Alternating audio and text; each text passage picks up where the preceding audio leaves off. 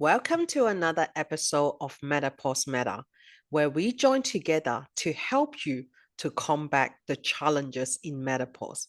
Hey, we understand as women over 40, our body is changing. We find it difficult to understand what's going on with us. So our episode is to help you understanding the different challenges for our menopause. How do we compact them and how we can help you to become this Wonder Woman you want to be. Today, I have an expert here. Her name is Denise. Hi, Denise. Lovely to have you here today. Hi, Martha. Thank you so much for having me. It's lovely to be here. So our topic today is to how to empower yourself using three simple truths to fly through menopause transition. So Denise, tell me a little bit about your background and why you're helping women in menopause. Mm. Well, I guess firstly, my own personal experience makes me want to just help people sail through menopause because I've been able to do so, and I want to help other people be able to do that as well. So that's mainly the main reason why I'm doing menopause stuff. But I've always been interested in health and well-being. I was a nurse for 15 years before moving into personal training and health coaching. And along that journey, I stumbled across epigenetics, and I've been using that to help personalize health strategies for my clients for the last 5 years. And I have just found that it's a massive game changer for a lot of people. So I just like working in this space now to tell people about it, because not many people know or understand what epigenetics is about. Yeah, I haven't heard about the term, so please explain to us what it is.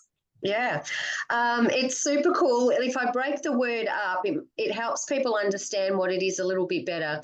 So we can hear the word genetics in the term epigenetics, and most people understand that genetics is our DNA and our gene sequence or our genetic coding of how we might show up in the world. So often there's a lot of, say, diseases that might be genetic that we might be thinking we are likely to get these things because of the genetic predisposition to do so.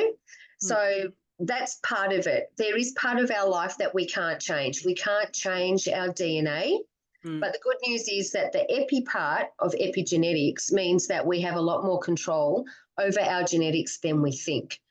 So the epi is everything that's above or outside of the genome or the genetic code. And so that is pretty much everything that we do in our lifestyle. Our environment influences the expression of our genes, and whether certain genes are dialed on or dialed up or dialed off or down. Generally, we can't turn genes completely off, but we can definitely influence whether certain things are expressed or not expressed. And we can do that through our lifestyle interventions such as nutrition, exercise, climate, chronobiology, a whole lot of things. I see. That is very, very interesting because it is very unlike that. A lot of people, when they're talking about health and things like that, they're just talking about mainly on the top level, the top layer of level. I love the fact that you talk about something that's a little bit deeper and more profound in that way, because it is funny that when we reach the session of midlife, everything's starting to fall apart. And it is so important to know that there is something that it works for us, not just in a general sense, but in a more scientifically proven sense. For sure. We're so different. Everyone is such a unique individual. And because we know that with genetics, no one has the same genetics as anyone else. So if we're trying to give women a menopause strategy that is across the board, that suits everybody, it's never going to suit everybody because we're all so different. So there might be some people that certain strategies work really well, but it's more the people that don't get any results that I like working with because they're at a loss. They're like, I've done everything that everyone tells me to do, but it's still not working. And it's just because we haven't tailored the strategy to them specifically. And this is where, like you say, having that personalised approach comes into trying to tailor strategies for the person in front of us, not a generic kind of approach. Yeah, I hear you because customization is so important. I understand that in my journey, because of my Asian background, there's a lot of things that I don't eat or not used to do. So it makes it very difficult to actually for me to achieve a better lifestyle or a way eating, even just with eating type of thing. I find it really hard. So if I can understand my genetic better, what my genes actually needs, what it will react with my body better, and I think that will be a clear direction of where can I go next. Yeah, it sure is. Yeah. Wonderful. So I've got a few questions that I wanted to ask you. So Sure. what are the three most important truths that perimenopause and menopausal woman needs to know?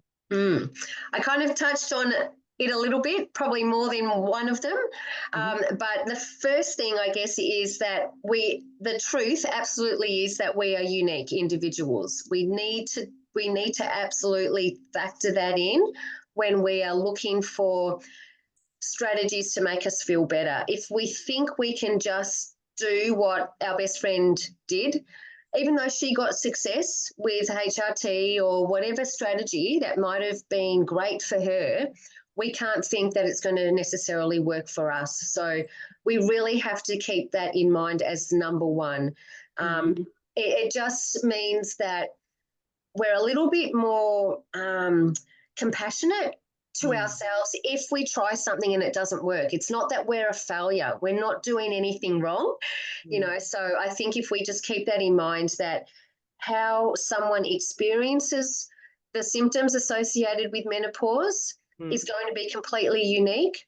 The duration of how long certain symptoms might last for, the intensity and severity of the Mm. symptoms, what kind of symptoms you experience is going to be very individual as well. The mix of them. So whether you just get one or two or a couple of symptoms, or you get a whole, textbook Mm. range of symptoms, again, is you can't determine that by what someone else's experience has been. Mm. The other thing that's really important under this kind of banner of understanding that everyone's experience is going to be unique is that not only are the symptoms individual, but the woman's interpretation of the symptoms and of menopause in general is very different as well. So if Mm. I ask two different people what they even believe, what their beliefs are around menopause, I can get two completely different answers. One person might be seeing it as the end of the world, that they're getting old and, it's the end of the world. And another person can see it as time for transformation. So just even someone's interpretation and what they believe menopause even to mean for them can be just so dramatically different, which influences our journey through that transition. So that's probably like the number one Yeah. topic.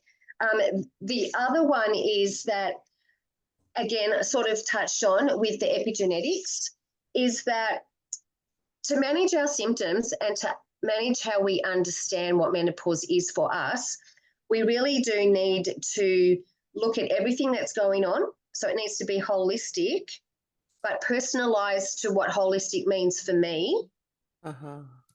and to take into account um, how unique I am. It comes down to my environment and my genetics. Mm. Mm. Mm. Mm. Mm. So it's kind of like to take probably the second point here would then be to take a holistic epigenetics approach Mhm. Mhm. to your menopause, Yeah. so that we are looking at our genes, Mhm. lifestyle, and Mhm. environment. Mhm. We're taking a holistic approach. It's not just my nutrition or not just what I'm doing for exercise. It's all of the things Yeah. that impact, how I'm going to enjoy menopause or not. Yeah, that's true. That's true. Yeah. And then I think the third thing that is really important as a truth is that our experience is going to come down to our interpretation of the experience. So it's basically a mindset piece. How we think about anything will influence our experience of it. So how we're thinking about menopause is going to influence our experience of it. So if we're thinking negatively about this transition, we probably won't have a great experience. But if we're a bit more open-minded and have a more positive mindset, then our experience is most likely to be positive as well. I hear you. Yeah, so that would be the three truths. I mean, there's always more, but, I think they're the top three because they cover so many different elements. I hear you. So how is this epigenetic approach different from other approach that is available in the market? From my experience, I haven't seen many other health practitioners that don't use epigenetics take into account this personalised approach from a person's biology point of view and the lifestyle. When I was starting to notice some symptoms and I went and saw other allied health, so whether they're GPs or naturopaths are great too, they just were missing certain pieces of the puzzle. So it wasn't completely holistic. So I might get a good strategy about something, like I might have gotten really good recommendations about my nutrition, but there wasn't a consideration on other things that might have influenced how that nutrition was going to impact me or how the change in nutrition might impact my life and my outcomes. Yes. So I find that it's different in that it's much more holistic. It takes into account all of the pieces before giving kind of a prescription or a recommendation on a strategy. And it also takes into account the epigenetics or the biology or the genetics, I suppose, of a person. I haven't seen other people look at that or investigate that before giving me a suggestion on a strategy that might be effective. And I think that is so beneficial because when we know our biology and how we show up in the world, we can be very predictive about what strategies are going to be most effective based on, the 20 years of science that goes into this kind of assessment and recommendations. Because it really just fine-tunes a strategy to how someone's going to receive, how that body is going to receive that strategy. And unless you've tested against that body, you're kind of guessing. I like taking the guesswork out. Knowing someone's genetics and their lifestyle tells us with prediction what strategies are going to be most effective for them. So we don't have to guess. We don't have to try, maybe it's nutrition. Maybe you need hormone replacement therapy. Maybe you need to decrease, stress from work or relationships. It takes the guesswork out of that because we know there are very predictive strategies based on particular biologies. We call them health types that come to be identified after an assessment is carried out. I hear you. So what are the benefits can someone find to expect from taking this different approach? A little bit like I said earlier, when someone tries something, it might work or it might not. The benefit here is that this will work. It's not, you're not going to just try and see and kind of guess. Because this strategy will take into account all of the outliers, all the people where things in the past haven't worked, because we know how their body is going to respond. So when we can align our body, our biology to our lifestyle harmoniously, we come into balance very easily. And so the benefit of being in balance is all of the things that work to alleviate a lot of the menopause symptoms, which are a result of our body being out of balance. I see. So that is, you'll sleep better, your skin improves, your energy levels improve, weight management is much better. You will lose weight that you don't need to hold on to because you're in balance. Yep.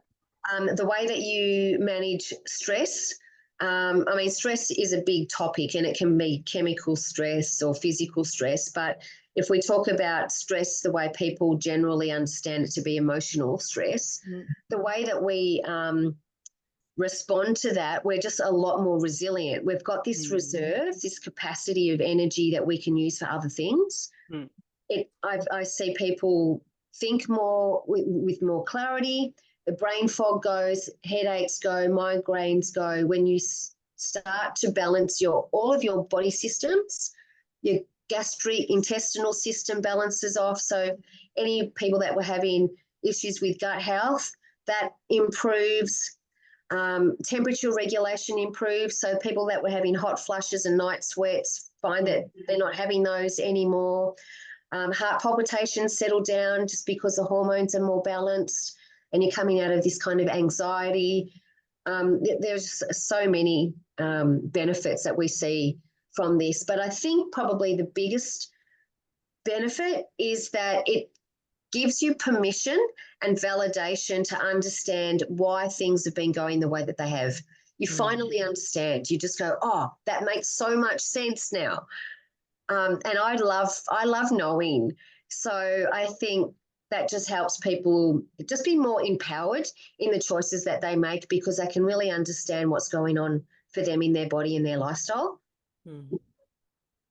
That is beautiful, because I think that a lot of us have this thinking that we don't know if that will work for us. We need more understanding about it and learning about it. And I think that by doing this sort of interview, it gives a lot of us that understanding of what we can do next and what else can we do. And I think that is just such a valuable advice.